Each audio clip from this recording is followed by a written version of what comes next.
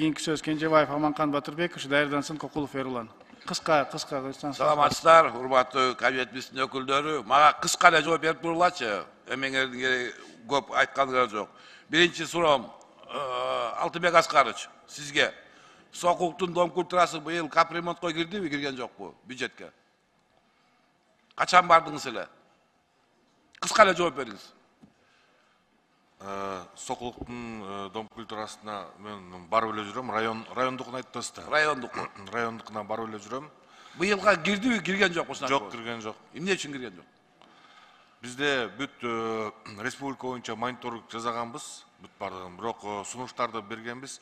Абалы андан да өтө начар, кыйын абалда тургандан бар. Бул Сокулуктуку бизде эң жакшы деген маданият үйлөрүнө кирет.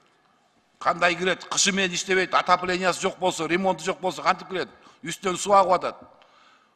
Крышаларын мурун жаңыланган болчу, негизи шамал учуруп кетип, анын эмеси кайра жаңыланып жабылган. Отоплениялары убагында биз каражат бөлүп убагында оңдогонбуз, bundan 3-4 жыл мурда. Алтынбек Аскарович, быйыл киргизесиңерби, киргизбейсиңерби? Сунуштайбыз. Хорошо, сунуштагыла бул маселе боюнча. Экинчи маселем жол министрлигине. Тилек Кудурмаевич, эмне үчүн течүүл истен былтыркы жылга жанагы жаңгарач эмес Чаткүлдөн 2 километрди алып салдыңар, анан 1-майдан 1 километр жолду алып салдыңар. Эми башында пландарды көп эле койдук да, анан бизге бюджетке жараша ишти алып бардык да. Жок, эмне үчүн ал бүтпөй калды? Титулга киргизгенбиз да. Немесин, эмдиги жылкысы бар, азыр ошо менен болгон планга койгон иштин баарын аткарып атабыз, жолдун баарын салып атабыз. Азыр ошо жолду карап атабыз. Тилек Кудурмаевич, мен көчө сүйлөшкөм, силердин өкүлдөрүңөр менен, замдарыңыз, Талант мырза артыңызда отурат. Эртең мен ошо жолго чыгып келем, силердин өкүлдөрү менен. Кийинки жылга бюджетке киргизип бергиле. Мына Чаткүл жолу, 1-майдын 1 километри, жаңгарачты, анан Ылдый Камышановка жолун ошону киргизип бергиле. Бул сураныч катары бюджет боюнча. Бул сураныч. Андан тышкары Гостройго суроом. Эмне үчүн Антоновка школу бүтпөйт? Кандай дейсиз, укпай калдым. Баян Антоновка мектеби эмне үчүн бүтпөй турат? Сиз аны жакшы элесиз, сот иштери жүрүп атат. Бирок биз ага карабастан комиссиону азыр карап чыгып, калган акчасын чыгарып атабыз. Жакын арада сот иштери бүтсө эле эмдиги жылкыга. Мен аны жакшы билем баарын тең. Аны мага кайра кайталап алачы. Былтыр биз сүйлөшкөнбүз. Кабинеттин төрагасы менен былтыр сүйлөштү элек. Ошол мурунку жумуштун баарын сыртка чыгарып салып, жаңы тендер ойнотуп, ошону бүтүрөлү дедилер. Алмаз Кузбекович, сизден да сураныч, мен айтып кетейинчи Баян Антоновка боюнча. 176 миллион акчаны салып койгонбуз. 13 жыл болду турат мектеп. Кабинет бизге сөз берди эле. 80% бүткөн мектепти бүтүрүп беребиз деп туруп. Эмне үчүн анда бүтпөй калды? Сот иштери болуп атпайбы? Жок, шылтооңордун кереги жок мага. Эмне үчүн бүтпөй турат, ошону айткылачы. Келген сайын шылтоо айтасыңар. Мага негизги нерсесин айтып калчы. Эмне үчүн бүтпөй турат? Элге биз эмне жооп берели? 13 жыл болду турганына. 176 миллион салып койдуңар, ошо турат ошол боюнча. Эми бузула баштады. Эмне үчүн бүтпөйт? Жооп берели, эмне үчүн бүтпөйт ал? Кыйкырган кишиники саласыңар, калганын салбайсыңар эмне? Аманкан Батырбекович. Сот иштери бүтсүн. Сот иштери. Соттолду, сиз көрүп билесиз эми. Былтыр чечим кабыл албадык белек. Анын бүт баарын чыгарабыз. Комитет менен ошол жерге барганбыз. Силердин өкүлдөргө бүт баары барган. Сот иштери бүтсө эле биз бүтүргөнгө аракет кылабыз. Жок, былтыр барганда силер битип жооп бергенсиңер. Мына мурунку соттолуп аткан жумушту чыгарып коебуз. Тендерди ойноп койсуңар. 64 миллионда баасын чыгарганбыз. Жаңы тендер ойноп койсуңар. Мен областта болдум элем, тиги УКИСта. Эч ким катышпай кой деди. Эмне школ салган кийби падияда табылбай атабы? Жатай кылып атасыңар буну. Максималный аракет кылабыз. Күч органдар. Максималный аракеттин кереги бар. Мен элге эмне деп жооп берем? Ошону айтып калчы. Эмне деп жооп берейин мен?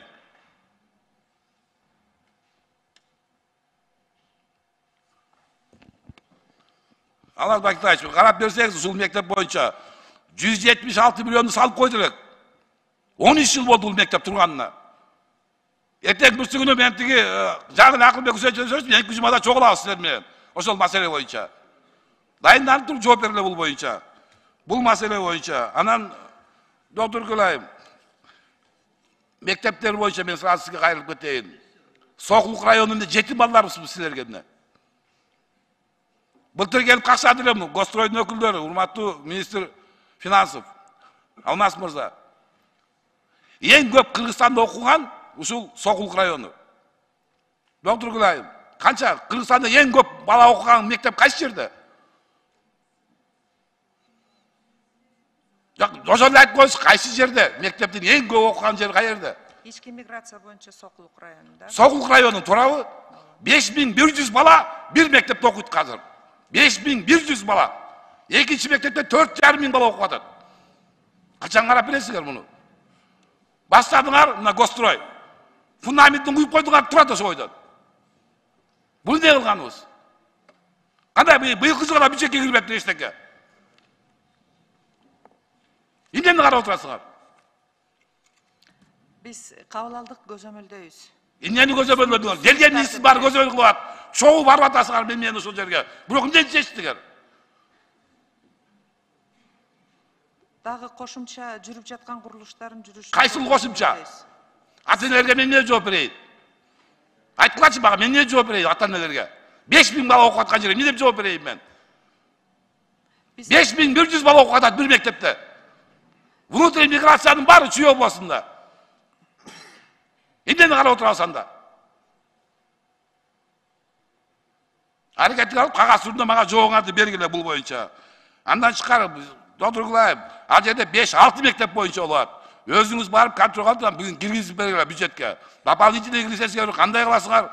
Мен эми бул жерден катуураак айтканга кечирип койгула. Бирок мен ошого жеттим уже. Соцфонддун өкүлү Деңиз мырза, 8 жыл болду. Бала бакчаны ээлеп отурасыңар. Эмне үчүн чыкпай атасыңар? Крупская өкмөтүндөгү мектептен соцфондуңар. Сокулук районунда биз болсо баягы мораторий объявить эттиле. Баягы президенттин указы чыгып, жаңы здание салгангач, башка положенияга сатып алганга бизгеч ошого өкмөттөн уруксат алдык. Сокулук району 24-жылкы бюджетке киргизилди. Соцфонддун чечимине, соттун чечимин силер аткарбайсыңар эмне? Соттун чечимин чыгарып бердилер силерге. Освободить деп туруп ал жерди. 8 жыл болду.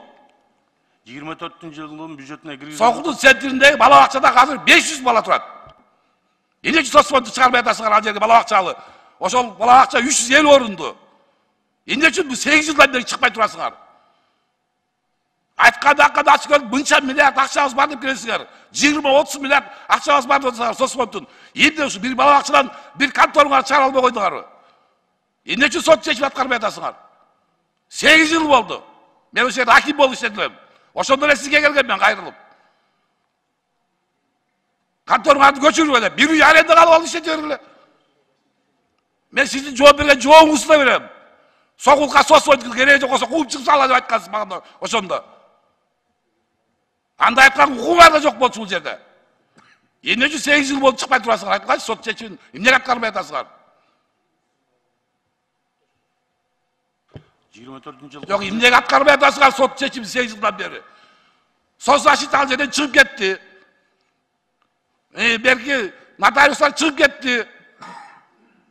Үчөө куротуучулар ошол жерде 3 контора. Бир контора соцфондго гана чыкпай турат. Эмне чыкпай атасыңар? Келген сайын ушул министрлер акча, силерге акча, мен качан чыгарасыңар деп. Эмнеге чыгарбай атасыңар? Соттун чечимин эмне үчүн аткарбай атасыңар?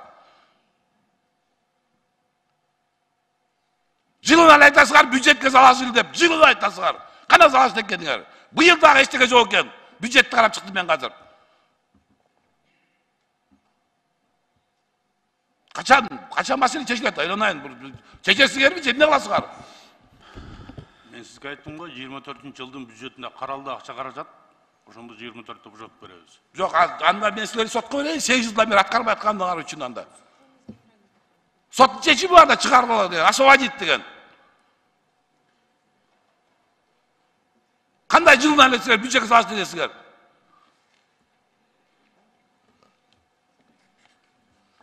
Эми Костройго да бир суроо. Сокулук району стадиону. Эмне болду? Stadion.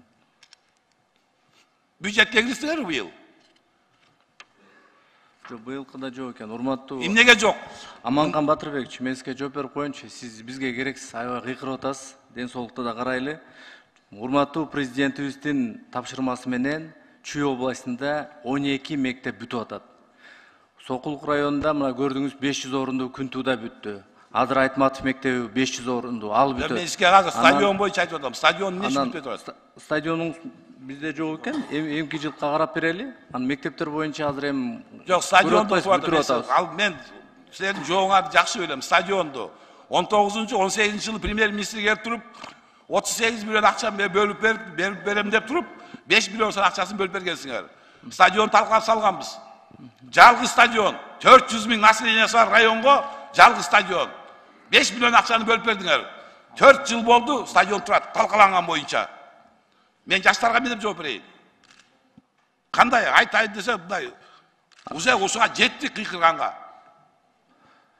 Кыйкырбаңыз 24-кө киргизели. 24-кө киргизели. Мына стадион Минфинде эмне угуп үчүн атат. бюджетке кирген Мына жок? министрда 24-кө киргизели. Стадион эмне үчүн кирген жок бюджетке? Мен бюджетти карап чыктым азыр. Эми сиз көрүп атпайсызбы? Аманкан Батырбекович канча деген курулуштар жүрүп атат Кыргызстанда.